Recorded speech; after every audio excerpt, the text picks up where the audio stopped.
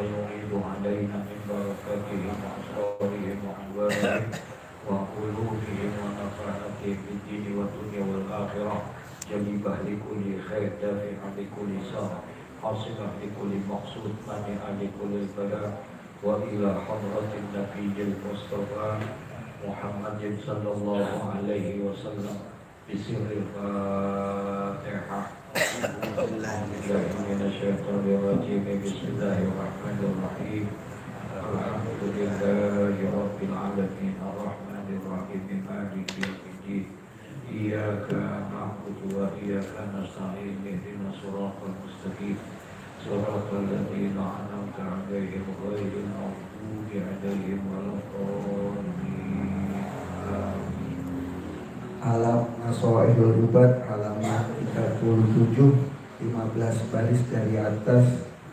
Wal maqalatus tsaminata asyrata. Bismillahirrahmanirrahim. Qala al-mu'allif rahimahullahu ta'ala wa adama an-naf'a bihi wa bi barakati ulumihi fid dharain amin. Qala radhiyallahu ankum rabbi yassir wa la tu'assir rabbi tamam bil khair. Wal maqalatus tsaminata asyrata. Qala an-nabiy alaihi salam inna fi jam'il mali khamsata asya'a minas sifatil madmumati al-'ana'a ay al-dillata wa husul al-mashaqqati fi jam'ihi ay al-mali wa syughla an dzikrillahi ta'ala bi islahihi ay al-mali wal khawfa min salibihi ay akhirihi bil qahri aw bil ikhtilaf wa sarikihi ay akhirihi khubyatan wahtimala ismil bakhili ila nafsihi wa mufaraqatas salihin min ajlihi ay min ajli khidmatil mali. Allahu a'lam. Bismillahirrahmanirrahim. Alhamdulillahi rabbil alamin. Wassalatu wassalamu ala asrafil anbiya'i wal mursalin sayyidina wa habibina wa safiyina wa maulana Muhammadin wa ala alihi wa sahbihi ajma'in. Amma ba'du, qala Allah ta'ala fi kitabihil karim wa huwa asdaqul qailin. Rabbi shrah li sadri wa yassir li amri wahlul 'uqdatam min lisani yafqahu qawli. Rabbi yassir wa la tu'assir wa bidamin bi khair subhanaka la ilma lana illa ma 'allamtana innaka antal alimul hakim wa la hawla wa la quwwata illa billahil 'aliyyil 'azim. Wal maqalatus saminata asrata. Qala an-nabiyyu alaihi salam inna fi jam'il mali khamsata asya' al-ana'a fi jam'ihi was-sughla an zikrillahi ta'ala bi islahihi wal khawfa min sahibihi wa sarikihi wa ihtimala ismil baghili li nafsihi wa mufaraqatas salihina min ajlihi wa fi tafriqihi wal maqalatu saminata asrata, dan ada pun maqalah yang ke-18. Qala an-nabiyyu alaihi salam, yakni bersabda Nabi Muhammad sallallahu alaihi wasallam. Kata Nabi, inna fi jam'il mali, sesungguhnya termasuk di dalam mengumpulkan harta, sesungguhnya termasuk daripada bagian menghimpun harta, khamsata asya'a, ada 5 perkara yang termasuk minas sifatil mazmumah, daripada sifat-sifat yang tercela.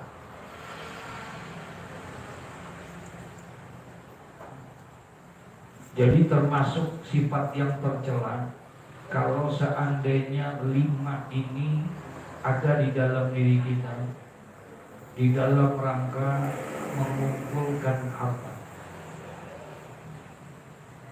mengutamakan harta dalam hidup dan kehidupan di alam dunia. Nah, berarti kita termasuk orang yang hina, orang yang tercela. Ya, kalau ini ada sama kita.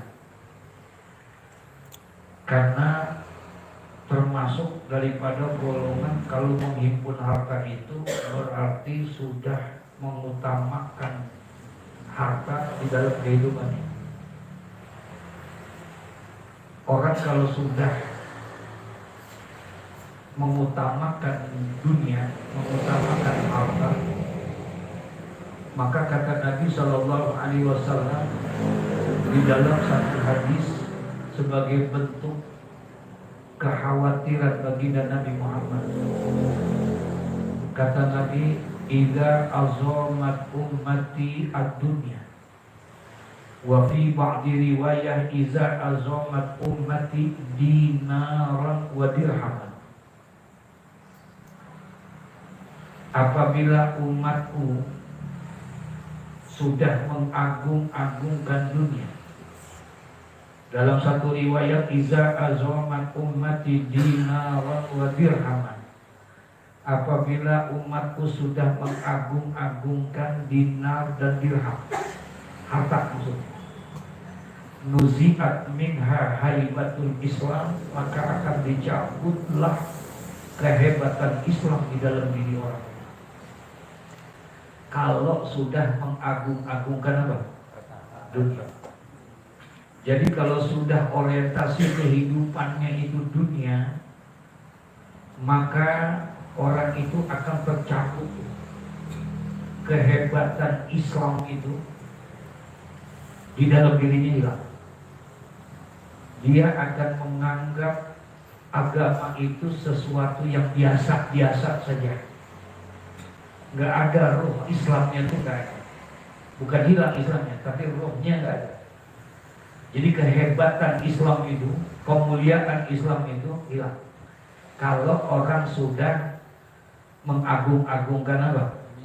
Dunia. Mengagung-agungkan dinar dan dirham. Dinar dan dirham maksudnya apa? Uang, harta. Ya, Masya Allah. Nah sekarang termasuk orang itu mengagung-agungkan dunia, orang itu termasuk mengagung-agungkan dinar dan dirham, yakni manakala dia mengumpulkan, habis waktunya hanya mengumpulkan apa? Harta. Inna fi jam'il mal, sesungguhnya termasuk mengumpulkan harta itu khamsata asya, ada 5. Minas sifatil madhumah, yakni 5 perkara itu termasuk di antara sifat-sifat yang tercela. Apa itu? Al-ana'a fi jam'ihi, yakni bekerja keras. Ai zallata wa husulul masaqah, itu bekerja kerasnya itu fi jam'ihi ai fil mali, yakni di dalam mengumpulkan hartanya itu. Banting tulang merasa keringat, nggak ada waktu kecuali hanya cari aja tuh, pagi, sore, siang, malam, habis waktunya hanya untuk itu. Nah orang-orang yang mengumpulkan, orang-orang yang bekerja keras di dalam mengumpulkan harta itu termasuk minas sifatil mazmumah, termasuk daripada sifat-sifat yang tercela. Habis 24 jam kerjaannya hanya itu. Alhamdulillah, subhanallah. Nggak ada sedikit pun waktu untuk boro-boro ngaji kali. Ya, boro-boro ngaji, sembahyang aja sampai apa? Saking asiknya tuh. Saking asiknya dia di dalam rangka mengumpulkan apa? Hartanya. Kerja kerasnya luar biasa. Banting tulangnya luar biasa gitu. Nah, manakala ada orang yang seperti itu, bekerja keras dia. Al-ana fi jam'ihi ai fi jam'il mali, yaitu ketika ada orang bekerja keras pagi, sore, siang, malam di dalam menghimpun hartanya, di dalam mencari hartanya itu, maka pekerjaan yang dia lakukan seperti itu termasuk pekerjaan yang hina, zallata wa husudul masaqah, yaitu penuh dengan kehinaan, penuh dengan tercela. Ya, tercela ya. Kalau habis waktunya hanya untuk mengumpulin apa? Iya, Masya Allah. Habis tuh seminggu 7 hari buat ngapain? Kali duit aja. Sama duit perlu gak kita? Halo? Perlu gak? Iya. Cuma habis tuh waktunya hanya untuk itu aja. Astagfirullahaladzim. Akan masuk perbuatan yang tercela seperti itu. Yang kedua, termasuk perbuatan itu bagian daripada perbuatan yang tercela. Wasughla an zikrillahi ta'ala bi islahihi. Wasughla yakni sibuk. Sibuk di sini jauh dia, ba'id. Jauh an zikrillahi ta'ala, daripada mengingat kepada Allah, bi islahihi ay bi islahil mali. Sibuk waktunya dia hanya sekedar untuk sibuk dia, jauh dia daripada mengingat kepada Allah Subhanahu wa ta'ala bi islahil mali, yakni sebab mengurus harta yang sudah dia miliki. Sibuk banget sampai sembahyang lewat, zikir sampai lewat, dan lain sebagainya.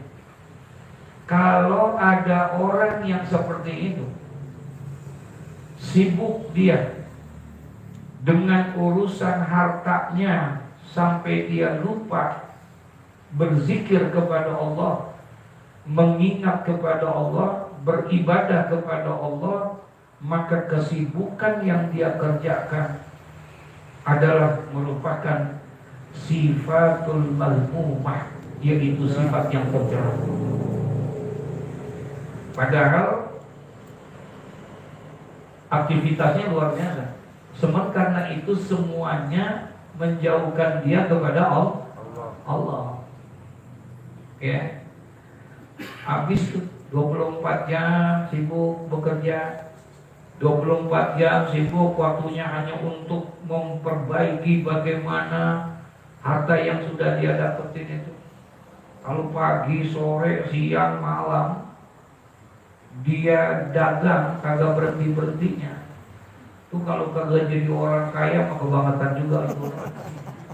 Iya. Udah kerja habis-habisan kayak begitu, tapi kagak jadi orang apa? Gak jadi orang kaya. La ilaha illallah. Mau ngapain? Sampai segitunya.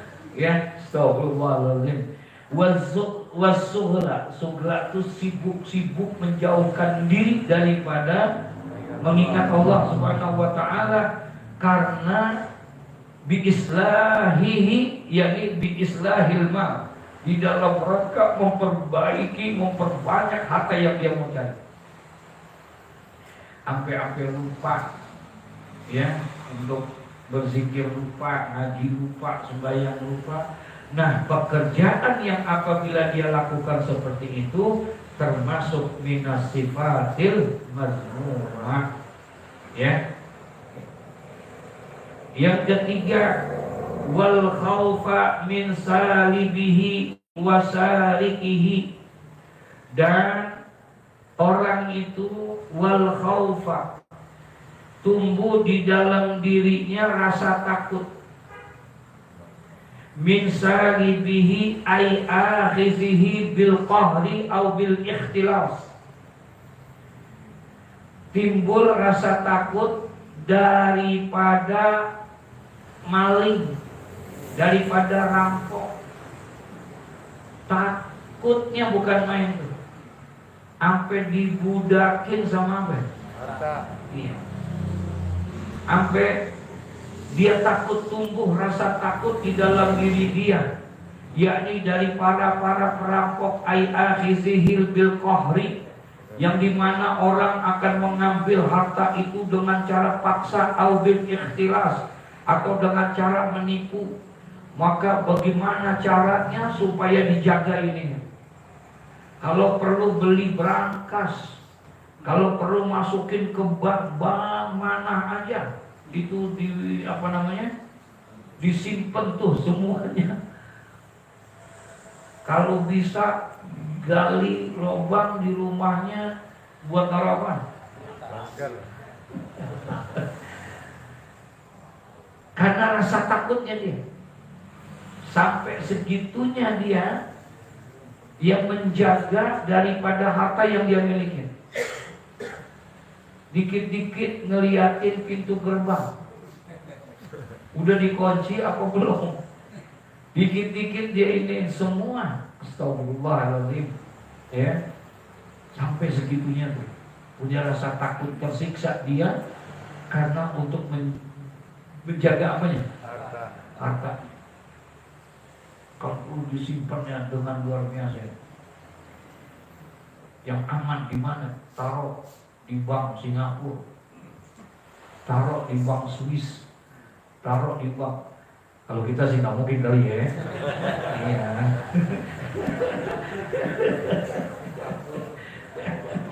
Itu sampai segitunya ditaruh sama dia untuk menyelamatkan daripada hartanya, karena dibayangin rasa takutnya dia. Subhanallah, ya. Punya emas ditaruh di kotak, kemudian kotaknya digembok, kemudian itu kotak dimasukin laci, lacinya dikunci, lacinya ada dalam lemari, lemarinya ada pintu lemarinya udah berapa tuh kuncinya? 3. Ya Allah, udah gitu lemari ada di dalam kamar, kamarnya ada pintu, pintunya dikunci lagi, udah berapa tuh? Masya Allah.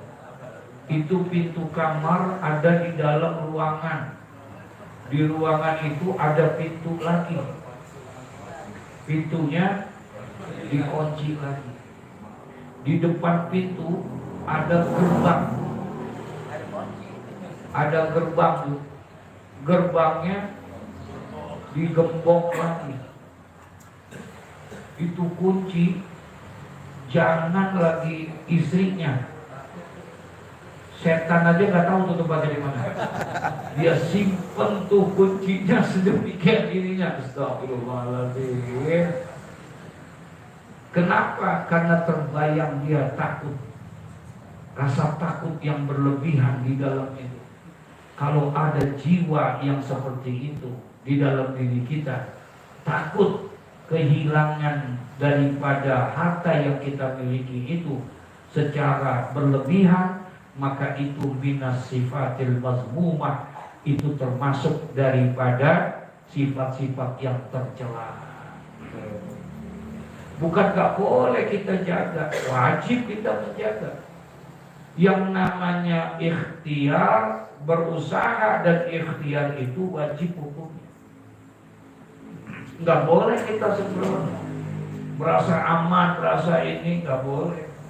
Pintu kita diemin aja gak dikunci, gak boleh kita. Kita tetap wajib yang namanya berusaha untuk itu, ya, ikhtiar untuk seperti itu. Tapi tidak memaksakan diri kita sampai terlalu berlebihan. Dikit-dikit bangun, minggu. ngeliatin bangun, yang dia liatin gembok. Tuh gembok kebuka apa enggak? Yang dia liatin motornya masih ada apa enggak? Yang dia liatin itu Allahu Akbar. Itu yang enggak boleh. Kalau gembok wajib Pak. Mengunci pintu itu wajib hukumnya. Itu namanya ikhtiar, usaha kita. Ya, nggak boleh kita. Ini main tawakal aja gitu. Udah biarin nggak usah diimbok, udah tawakal aja. Ya, itu nggak boleh. Tawakal itu harus bisabar. Nggak boleh tawakal itu bila sabar. Jadi tawakal itu mesti ada sebabnya. Kenapa dia sebabnya untuk bertawakal itu sebabnya apa? Jangan sampai seperti sahabat Nabi. Ketika dia datang terlambat, Nabi tanya, ente dari rumah? Iya. Sama siapa? Sendiri. Naik apa? Kan kampung ente jauh. Saya naik onta ya Rasulullah. Oh naik onta. Terus ontanya mana? Ada di depan. Udah diikat belum ontanya? Enggak ya Rasulullah. Kenapa? Saya tawakal sama Allah. Lah diomelin sama Nabi. Kata Nabi, bukan itu tawakal. Ikat dulu ontakmu. Paham kamu maksudnya? Ikat dulu ontakmu. Kalau seandainya ontakmu sudah kamu ikat, kemudian ternyata pergi juga, hilang juga, disitulah perlu tawakal kita. Tapi kalau kamu nggak ikat, kemudian ontaknya hilang, berarti itu bukan karena tawakal, itu adalah karena kelalaian dan kecerobohan diri. Jadi harus ada disabar. Tetap yang namanya kunci pintu wajib buat kita. Andai kata itu nanti hilang dan lain sebagainya, ya udah serahin sama Allah. Ya, serahin sama Allah semua. Kita kalau udah hilang punya barang kita, la ilaha illallah, bukan main itu kita. Ya, bukan main, bisa merusak akidah kita. Sampai datang ke Gunung Kawi, sampai datang kita ke apa namanya itu, ya, mencari dukun yang paling hebat. Kemana nih kita? Kemana nih kita? Sampai segitunya tuh kita. Padahal mah sembahyang dikerjain nggak? Bayar mas bayar, ngaji mah ngaji kita. Tapi dalam lingkungan itu kita kurang. Seringkali kita suka melepaskan diri kita kepada Allah, ya. Sehingga kenapa? Karena ini ada rasa takut yang berlebihan, takut diambil orang, takut dirampok, takut dibohongin, takut dan takut semuanya. Masya Allah. Sampai segitunya tuh. Tiap hari bininya diperiksain mulu. Iya, lu ngambil duit gue ya? Lu ngambil duit gue ya? Iya. Satu kuncinya Pak, kalau pengen berkah. Ya, kalau pengen berkah hidup kita, rezeki kita dibukain. Satu kuncinya dalam rumah tangga ini. Ini mudah-mudahan bini kita jangan benar. Kalau pengen berkah, rumah tangga kita pengen berkah, rezeki kita ngalir terus tuh rezeki buat kita. Kata Nabi, jangan pelit sama istri. Jangan pelit sama istri. Oh, hilang betul. Rasa dibelain. Banget. Bener juga ya. Benar Pak? Oh, Iya. Jangan pelit sama istri. Astagfirullahaladzim. Kalau itu udah kita ini Allah bukain tuh. Allah akan bukain. Pintu rezeki itu doa seorang istri itu tajam. Saya pernah dengar perkataan dari Mbah Maimun Zubair. doanya seorang istri itu bisa menggoncangkan arasnya Allah. Ya, doanya seorang istri itu bisa menggoncangkan arasnya Allah. Imam Bukhari itu buta mata. Imam Bukhari lahir matanya buta. Cuman ada dua kekuatan yang luar biasa sehingga Allah jadikan dia menjadi orang yang hebat. Imam Bukhari. Yang pertama, kekuatan dari doa ibunya. Ibunya gak pernah tinggal tiap malam. Dia selalu berdoa dan bermohon kepada Allah Subhanahu wa Ta'ala supaya Allah bukakan penglihatan kepada Imam Bukhari. Ditambah dengan usaha orang tuanya, ayahnya. Ayahnya itu sampai-sampai dia berpesan, berwasiat kepada istrinya. Itu ada uang. Aku kumpulkan uang itu, haram uang itu daripada uang-uang yang haram. Itu semua halal dan tidak aku berikan kecuali untuk sekolahnya daripada Bukhari. Paham gak maksudnya? Satu, doa ibunya. Satu, dari usaha ayahnya tidak mau mengotori daripada anaknya itu dari sesuatu yang apa? Haram. Sehingga akhir sukses dia. Jadi doa seorang istri itu dasar bisa menggoncangkan arasnya. Ya, bisa menggoncangkan, apalagi kalau dia doanya di waktu pagi duha, la ilaha illallah. Laki lagi kerja, laki lagi dagang, laki lagi usaha, di bini ngapain? Duha, baca doa. Wah, udah. Tuh kalau punya bini yang kayak begitu, wah.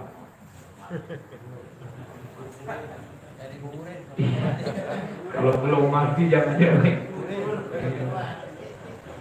Iya, Masya Allah. Kalau punya bini yang model begitu tuh, dua boleh tuh yang begitu.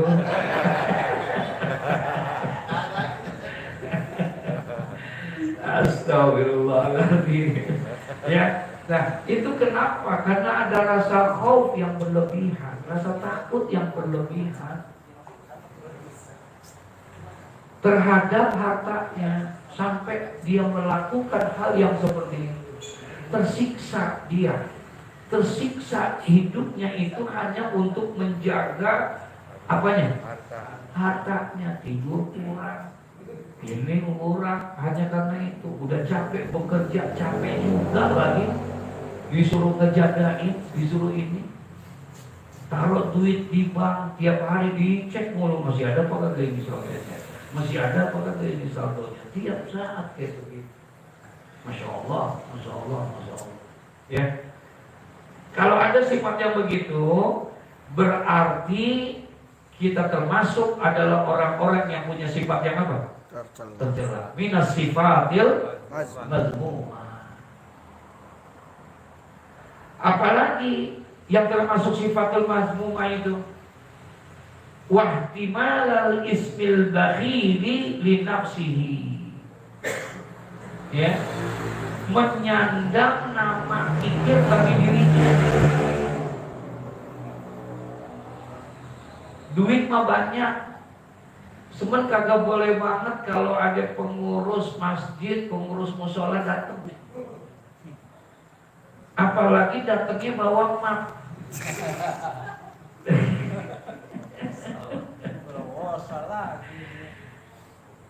Menyandang dirinya itu sifat kikir. Gue udah capek-capek kerja usaha, terus buat begituan, ada urusan apaan gua? Makanya kalau kita baca kitab Durratun Nasihin, di situ dijelasin salah satu orang yang hubbud dunia, orang yang mengagung-agungkan apa? Dunia, yang terlalu cinta kepada dunia adalah kikir, bakhil. Jadi semakin dia banyak uangnya, Bukan semakin baik, tapi semakin kikir. Akan semakin kikir. Itu udah daripada akibat orang yang hubbud dunia. Ya, orang yang hubbud dunia, kerjanya udah banting tulang keras, keringat ini itu, lupa sembahyang, lupa apa dan lain sebagainya, duitnya banyak, maka ini menjadi orang yang kikir dia. Korun dihancurkan karena kikirnya, ya, karena bakhilnya. Kalau bicara duit banyak nggak? La ilaha illallah. Kalau kuncinya aja dibawa pakai Ontak. 7 onta, udah gitu kuncinya dari emas lagi. Bisa kita bayangin tuh, kuncinya 2, udah kayak begitu korun. Hartanya yang begitu luar biasa, tapi bakhilnya, nauzubillah summa nauzubillah.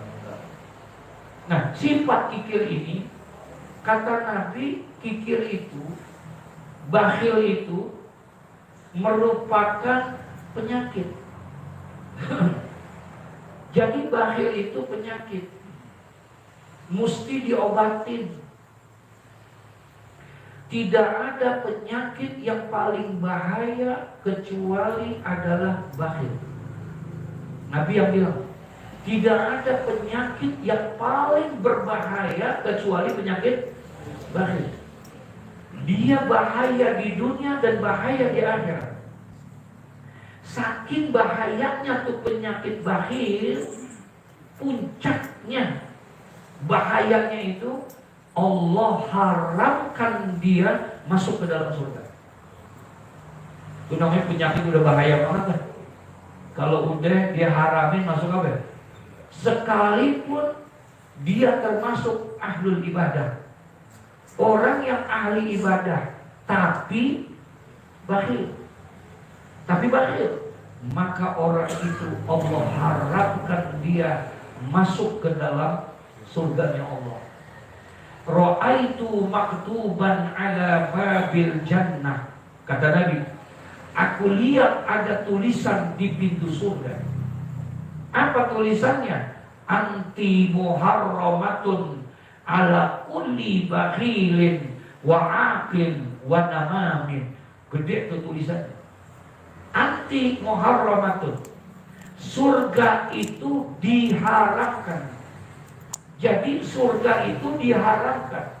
Artinya dilarang masuk ke dalam surga.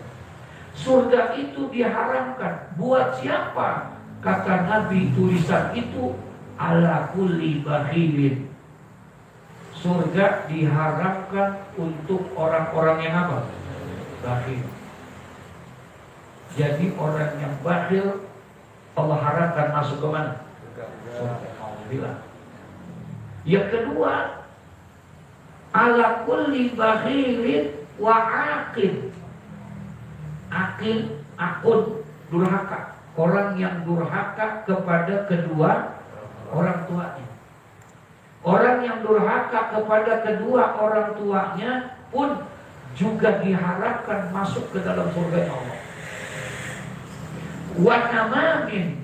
Dan yang ketiga yang diharapkan masuk ke dalam surga itu wa namamin, namimah. Orang yang suka apa? Mengadu domba. Orang yang suka mengadu domba, sekalipun dia bikin lagu judulnya adu domba. Astagfirullahaladzim. Astagfirullahaladzim. Ini zamannya udah sekarang, ya, mengadu domba dengan berbagai macam cara.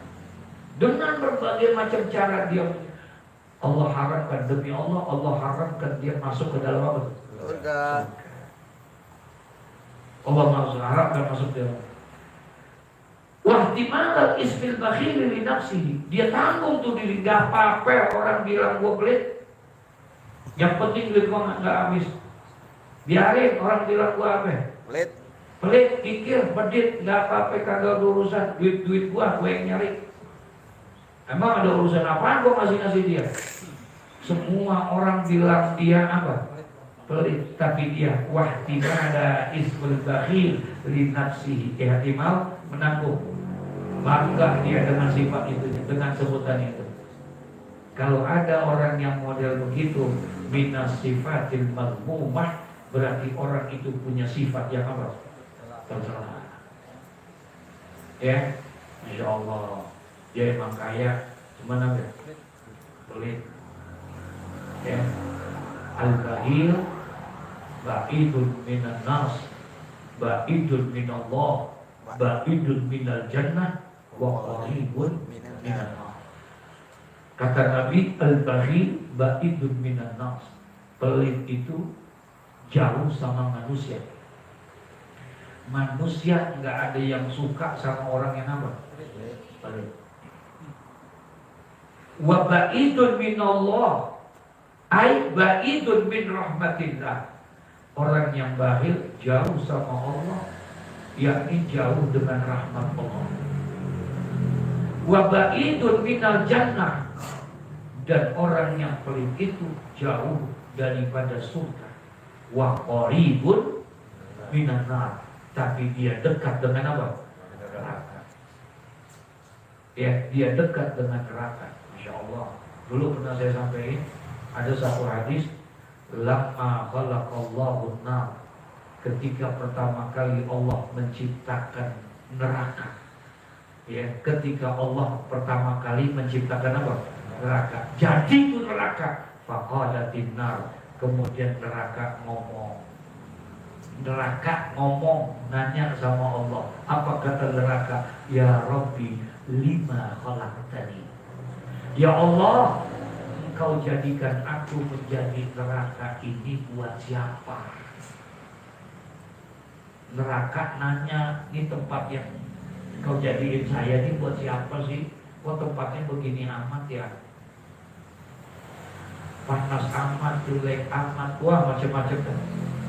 Buat siapa ya Allah Kau jadiin ini? Apa kata Allah? Likulli baghilin wa mutakabirin.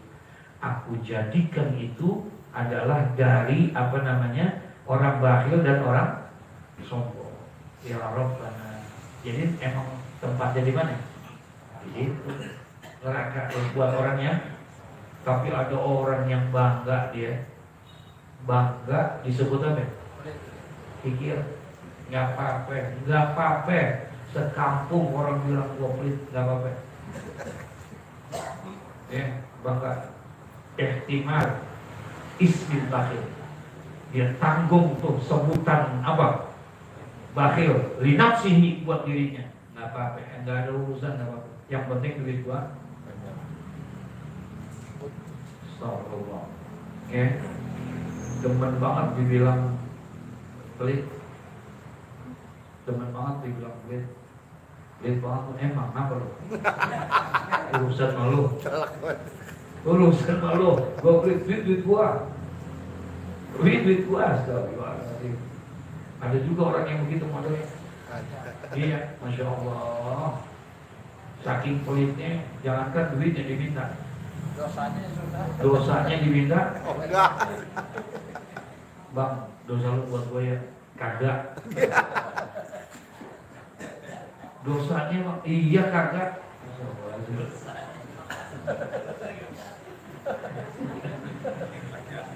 Kacau. Orang kebayoran. Yang kelima, yang berapa? 5. Iya, wa mufaraqatus shalihina min ajlihi. Orang itu, ya, dia termasuk hubud dunia, termasuk dia mengumpulkan harta. Kalau seandainya mufaraqatus shalihin, memisahkan diri kepada orang-orang yang baik, kagak mau kumpul sama orang-orang yang baik, kagak mau kumpul di tempat-tempat yang baik. Kenapa? Enggak ada. Kalau gua ngaji urusannya dikit-dikit ngomongin sedekah. Enggak, gua mendingan kagak ngaji, biarin gua kagak ngaji daripada gua di situ lihat kotak jalan mulu. Ini mul, astagfirullahaladzim. Gua lebih baik gua kagak main sama dia. Lebih baik gua kagak. Tuh, sampai segitunya tuh. Dia pisahkan dirinya dia berkumpul dengan orang-orang yang apa? Dengan orang-orang yang soleh min ajlihi, karena dia takut uangnya itu habis kalau dia itu. Emang kalau ngomong orang yang kumpul orang yang baik ada aja. Iya, emang disampaikan hadisnya begini, ini yang begini, gitu. Ya, bagus saya punya rezeki, masya Allah. Kalau kita punya rezeki, bukan ada pengajian tuh, ya itu rumah kita. Ya jangan lagi ente kasih duitnya, ente siapin tuh, nggak usah jauh-jauh, teh manis saja ente siapin. Ente siapin teh manis buat orang yang ngaji, teh manis, teh manis, teh manis. Ente siapin tuh teh manis seketel. Paham nih maksudnya? Kalau ente baca di dalam kitab Durratun Nasihin, maka di situ ada hadis, barang siapa yang memberikan minum dan memberikan makan kepada orang yang sedang menuntut ilmu, maka nilai dan ganjarannya, pahala yang Allah berikan kepada dia itu lebih baik daripada 100 orang yang mati syahid di jalan Allah. Bukan satu nih, berapa? 100. Ada orang matinya mati syahid di jalan Allah, berjuang di jalan Allah. Tuh pahala gede apa kecil? Kayak apa tuh gedenya? Masih lebih baik ngasih orang teh manis tuh. Buat orang yang apa ya? Ngaji nuntut ilmu. La ilaha illallah. Ini kayaknya nih malam Kamis besok banyak teh manis. Kopi. Iya. Makanya wajar kalau orang-orang tua kita dulu, guru-guru tua kita dulu, dia sih nggak ngaji gimana? Dia ngaji bikin di rumahnya. Di rumahnya dia bikin pengajian, orang suruh pada datang. Yang ngajar dia, yang nyiapin makan dia. Tuh orang-orang tua dulu. Biar kata timbang nasi uduk doang. Timbang nasi uduk doang sama tahu semur atuh. Paling temannya deng mak ayam.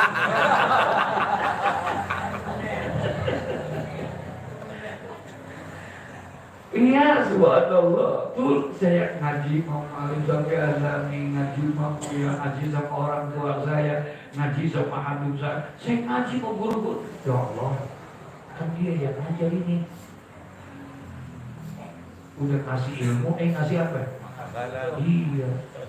Kita yang ngaji kagak ada pikiran.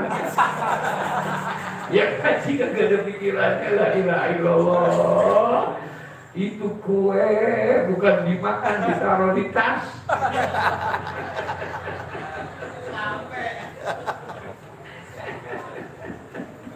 Gak ada pikirannya kita. Astagfirullahaladzim. Enak lagi ngomongnya berkah.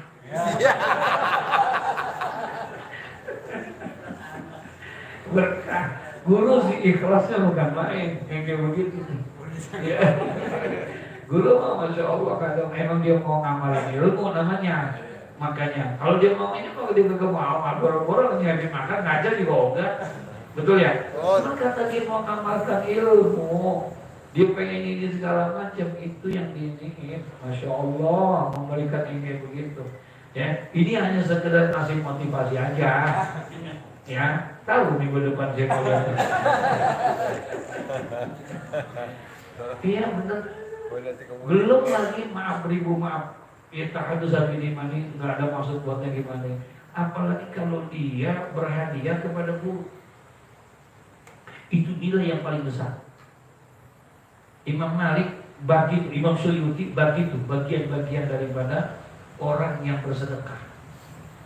Ya, orang yang bersedekah, nilai sedekah itu berapa persen? Buat kalau kamu lihat ada pengemis datang ke rumahmu, maka Allah akan berikan kepadamu 10% ganjaran pahala. pengemis nih, yang tidak mampu, badannya sehat, kemudian badannya karena ekonominya lemah, datang ke rumah kita minta. Ada nggak yang begitu? Nah, itu 10% Allah kasih ganjarannya pahala. Tapi ketika engkau memberikan sedekah kepada ada orang yang pengemis, tapi cacat, paham tuh? Iya, entah matanya buta, entah dia kakinya lumpuh dan lain sebagainya, Allah berikan kepada dia 20% daripada ganjarannya dibandingkan yang tadi. Kemudian dia beri lagi sedekah. Sedekahnya kepada siapa? Kepada kerabat. Kepada kerabat. Kerabat itu apa namanya? Saudara yang tidak punya kemampuan. Maka Allah akan berikan kepada dia 50% daripada hadiah. Sekarang dia beli lagi. Sedekahnya bukan sama pengemis, bukan sama pengemis yang cacat, bukan sama kerabatnya. Dia sedekah kepada orang tuanya yang tidak mampu. Paham maksud ini? Kepada ayah dan ibunya. Maka Allah berikan kepada dia 75%. Itu ganjaran pahalanya Allah berikan. Tapi Allah akan berikan kepada dia 90% untuk orang yang bersedekah kepada siapa? Guru. Imam Suyuti. Itu kalau kita baca kitab Tanbihul Muhtari, ketemu tuh di situ. Ya, subhanallah. Begitu kita harus datang ke rumah guru, jangan lenggang. Udah lenggang datang Mau plastik. Mau plastik. lu dari mana dia mau guru kan? Alhamdulillah. Apaan itu? Iya tadi gue lagi datang ke sono, guru segala macam. Alhamdulillah tuh guru nyiapin apa namanya rengginang. Rengginangnya enak banget, gue makan tuh air kata guru, gue pulang. Guru, ya alhamdulillah berkah juga, gue udah ketemu guru begitu kata dia. Orang kebayoran. Ya. Ya, jadi itu yang namanya mufaraqatus shalihin. Dia memisahkan diri dengan orang-orang yang apa? Yang soleh, nggak mau ngaji, nggak mau ini. Akhirnya ya udah, hubungan dunia semakin jadi. Ya, dia jaga benar karena takut dia harta yang dia punya akan menjadi hilang gara-gara itu. Wa fi tafriqihi khamsata asya'a. Dan dalam berpisah dengannya pun juga ada 5. Ya. Yakni ay al-mali bi ijra'ihi ala sabilil khair. Dia berpisah dengan harta yang dia menyalurkannya di atas jalan kebaikan. Jadi kalau tadi kan dia menghimpun. Nah sekarang dia tuh berpisah, artinya dia keluarkan itu hartanya dengan cara yang baik. Agar apa? Rohatan nafsi min talabihi itu.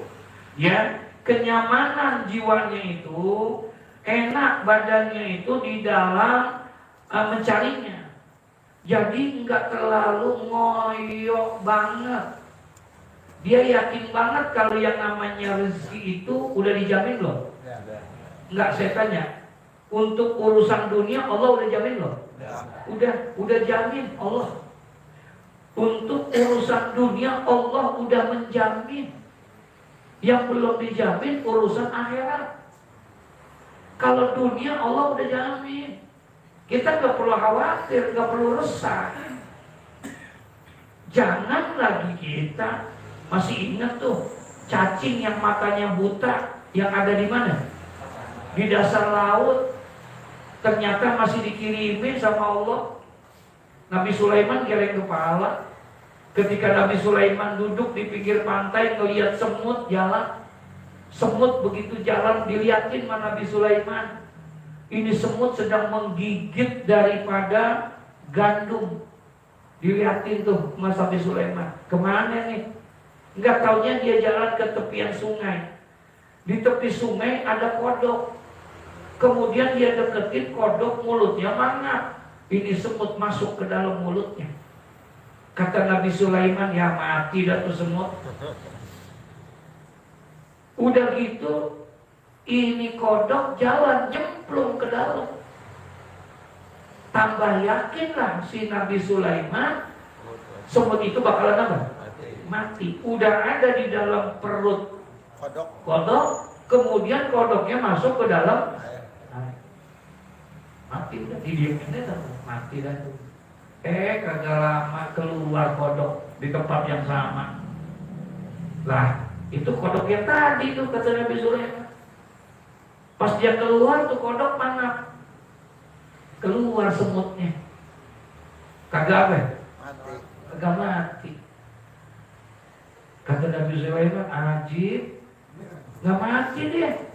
Ane pikir mati, ada di dalam perut masuk ke air, mati lah. Ajib nggak mati dia. Tapi anehnya dilihat kan, lah, kok ada yang kurang kayaknya? Apa? Gandum. Tuh semut keluar nggak bawa gandum. Tadi perginya bawa gandum. Digigitin, masuk ke dalam perut ini, keluarnya nggak bawa gandum. Penasaran, ditanya lah sama Nabi Sulaiman. Nabi Sulaiman itu salah satu kelebihan ilmu yang diberikan Allah kepada Nabi Sulaiman, bisa berbicara kepada makhluk-makhluk yang lain, termasuk kepada binatang.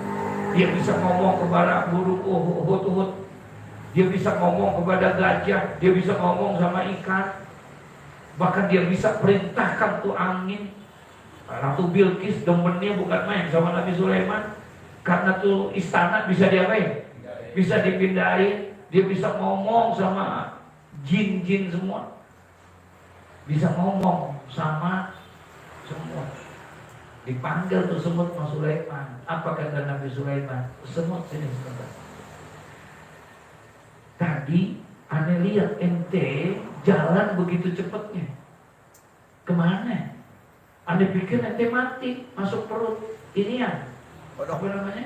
Kodok. Keluar lagi ente. Tapi Anda lihat ente nggak bawa gandum. Tadi perginya ente bawa gandum. Sekarang nggak ada. Emang apa yang harus ente kerjain? Apa kata disebut? Ya Nabi Allah, ya Rasulullah, wahai Nabi Allah, wahai utusan Allah, betul. Tadi saya maaf buru-buru. Saya buru-buru langsung temuin kodok, kemudian saya masuk. Betul emang saya bawa gandum. Kenapa? Saya lagi ditugasin sama Allah. Saya lagi diperintahin sama Allah. Bawa gandum itu, kemudian saya masuk ke dalam. Kenapa? Karena di dasar sungai itu ada seekor cacing. Ada lubang, kemudian lubang itu ketutup sama batu. Nggak ada yang bisa masuk ke situ kecuali aku semutnya kecil. Makanya Allah tugasin aku ke situ. Karena di dalam lubang itu ada seekor cacing yang matanya buta, nggak bisa cari makan. Aku diperintahkan sama Allah untuk bawain apa? Makanan buat dia. Bayangin. Kalau cacing yang matanya buta, adanya di mana? Adanya di dasar sungai, masih diberikan apa? Rizki, dijamin rizkinya. Apa iya yang model kita kagak dijamin? Kalau untuk urusan dunia Allah sudah jamin. Nggak perlu resah kita, nggak perlu khawatir. Yang jadi masalahnya untuk urusan akhirat Allah belum jamin kita. Illa Rasulullah, kecuali Rasulullah. Kalau Rasulullah emang udah dijamin, dosanya udah gak ada. Liyaghfira lakallahu ma taqaddama min dzambika wa ma, udah gak ada dosa Rasulullah. Udah dijamin, pintu surga belum dibuka kalau Nabi belum apa? Belum masuk. Jadi Nabi mau, kalau kita belum dijamin. Siapa yang udah dijamin masuk surga? Siapa yang udah dijamin bakalan kagak ditanya besok di malaikat munkar nakir? Siapa yang dijamin kita nanti tidak akan dihisab? Udah dijamin belum? Belum. Itu yang lagi jadi masalah. Sementara kita yang belum dijamin, kita cuekin, yang udah dijamin kita Masya Allah luar biasanya kayak apa tahu. Robi Abdul Adawiyah dalam kitab Uqudul Jain ketika satu hari ditanya, oh bingung dia Robi'ah, orang pada datang semua, dia emang janda, kemudian suaminya udah meninggal tuh dia, orang pada pengen ngelamar Robi'atul Adawiyah karena kecantikannya, karena orangnya soleha, jadi orang pada datang semua lah, se-RT semua datang bareng pengen ngelamar, pengen meminang Robi'atul Adawiyah. Dan salah satu di antara yang datang itu seorang tabi'in yang terkemuka, ulama yang luar biasa, Imam Hasan Al-Bisri. Pengen juga dia. Dan kata Robi'atul Adawiyah, ini mohon maaf, ada apa sebetulnya ini? Ya Robi'ah, izinkan kami. Tolong kau pilih di antara kami. Kami semua udah siap lahir batin untuk mengawinkan kau, supaya engkau mau menjadi istri kami. Silakan. Semuanya banyak banget. Kata Robi'ah, lah saya bagaimana pilihnya banyak begini. Sekarang gini dah, saya akan mau di siapapun kalau seandainya di antara kalian itu bisa menjawab pertanyaan saya. Kalau bisa jawab pertanyaan, siapa di antara kalian yang paling alim, kemudian nanti saya mau tanya ke dia, siapa di antara kalian yang paling berilmu? Diam semua. Kenapa diam? Di situ ada Imam Hasan, gak ada gurunya, kagak ada berani. Iya, minggir semua, ada kiai di situ. Ya kalau saingan nanti asalnya itu, kata Robi'atul Adawiyah, saya mau siapa di antara kalian yang paling pintar, siapa yang paling maju? Gak ada, kecuali di antara kami tidak ada kecuali guru kami Imam Hasan Al-Bisri. Oh baik, wahai Imam Hasan Al-Bisri, wahai Tuan Imam Hasan Al-Bisri, saya akan siap. Kalau memang engkau adalah orang yang paling pintar di antara kalian di antara ini, saya siap jadi istri. Asal engkau bisa menjawab pertanyaan saya. Baik, saya akan jawab pertanyaan. Apa pertanyaan? Yang pertama, setiap kita ini pasti akan meninggal. Betul? Setiap kita pasti mati. Dan mati itu hanya dua keadaannya, husnul khotimah atau su'ul khotimah. Saya mau tanya kepada engkau, kira-kira saya ini nanti matinya su'ul khotimah atau husnul khotimah? Kata Imam Hasan Bislah, ini urusan gak ada yang tahu bagaimana akhir hayat kita. Betul? Gak ada yang tahu. Kata Imam Hasan Al-Bisri, mohon maaf, ya, bagaimana saya bisa tahu sesuatu yang belum terjadi itu? Apakah engkau nanti su'ul khotimah atau husnul khotimah? Bisa aja sekarang dia su'ul, pekerjaannya kafir, tahu-tahu besok malam dia dapat hidayah dan dia mati, kemudian dia dapat jadi husnul khotimah. Bisa? Bisa aja orang sekarang dia ngaji, dia sembahyang, dia ibadah, tahu-tahu Allah jadi murtadkan dia hanya karena uang, hanya karena ini, sehingga akhirnya mati dalam keadaan su'ul khotimah. Saya nggak tahu untuk itu. Baik, kalau memang itu nggak tahu, berarti sudah satu pertanyaan. Aku hanya minta 4 pertanyaan, tolong dijawab. Satu bisa dijawab? Baik, yang kedua, nanti orang yang meninggal dunia masuk ke dalam kubur. Di dalam kubur ada 2 keadaan. Ada nikmat kubur, ada azab. Aku mau tanya, kira-kira aku dapat nikmat kubur apa azab kubur? Kata Hasan Al-Bisri, ya karena tahu lagi saya itu.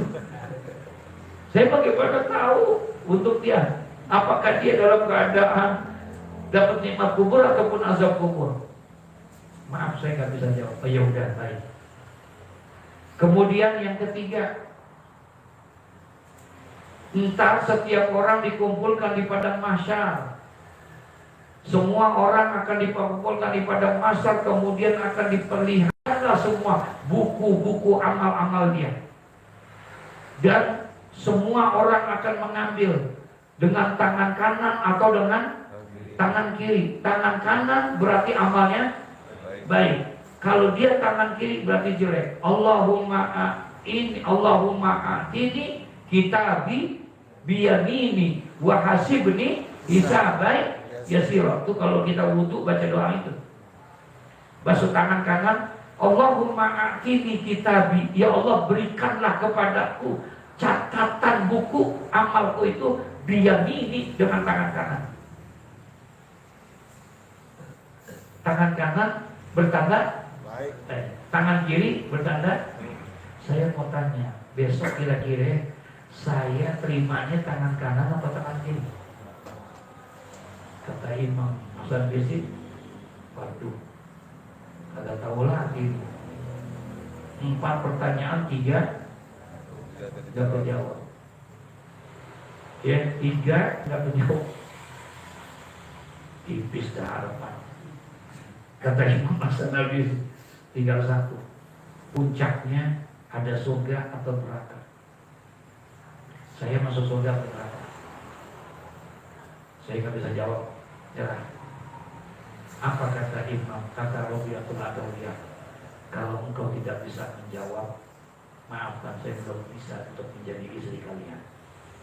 Kenapa? Saya lagi sibuk mikirin itu. Bagaimana saya berpikiran untuk mau kawin lagi? Paham nggak maksudnya? Saya lagi sibuk diri saya, besok gua matinya suul khotimah atau husnul khotimah. Gua lagi berusaha supaya mati dalam keadaan apa? Husnul khotimah. Boro-boro mikirin yang lain. Mau mikirin itu tuh, mau lebih mementingkan urusan apa? Akhirat yang belum dijamin. Padahal sekelas Robiatul Adawiyah yang ibadahnya luar biasa, masih takut karena itu akhirat belum urusan. Udah dijamin belum? Belum. Kalau dunia? Akhirnya ditanya sama Robiah. Apa kata Robiah? Kenapa sih? Apa sih yang kalian senangi dari aku? Sampai segininya ente pada mau datang. Semua bilang nggak ada. Kami tertarik dengan indahnya mata. Ini yang kamu suka. Dia tertarik sama bola matanya yang apa? Indah. Akhirnya satu riwayat dalam kitab Fuqudul Jain, kemudian dicongkellah 2 matanya itu, diberikan semua. Aku loh, karena ini kau pada tertarik sama aku. Tuh, dibuang. Masya Allah. Lebih khawatir sama urusan apaan? Akhirat. Ya, daripada sama urusan Masya Allah. Wa fi tafriqihi khamsata asyar. Nah, itu ya. Nanti insya Allah kita masuknya ke sana.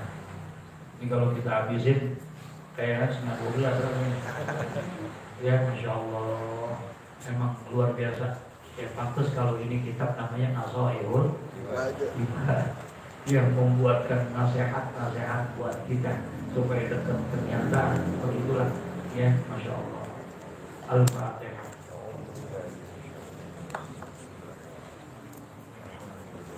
Ar-Rahmanir Rahim, Maliki Yaumiddin. Iyyaka na'budu wa iyyaka nasta'in. Ihdinas siratal mustaqim. Siratal ladzina an'amta 'alaihim ghairil maghdubi 'alaihim waladdallin. Astaghfirullahaladzim. Bismillahirrahmanirrahim. Alhamdulillahi rabbil alamin. Hamdan lillahi ni'amahu wa intabi'u majidah. Ya Rabbana lakal hamdu kama yanbaghi li jalali wajhikal karim wa li 'azimi sultanik. Allahumma shalli wa sallim ala sayyidina Muhammad wa ala ali sayyidina Muhammad. Allahumma ahsin aqibatana fil umuri kulliha wa a'tina min khizyi dunya wa 'adzabil akhirah.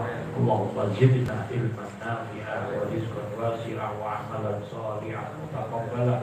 Ya Rabbana tarakna fi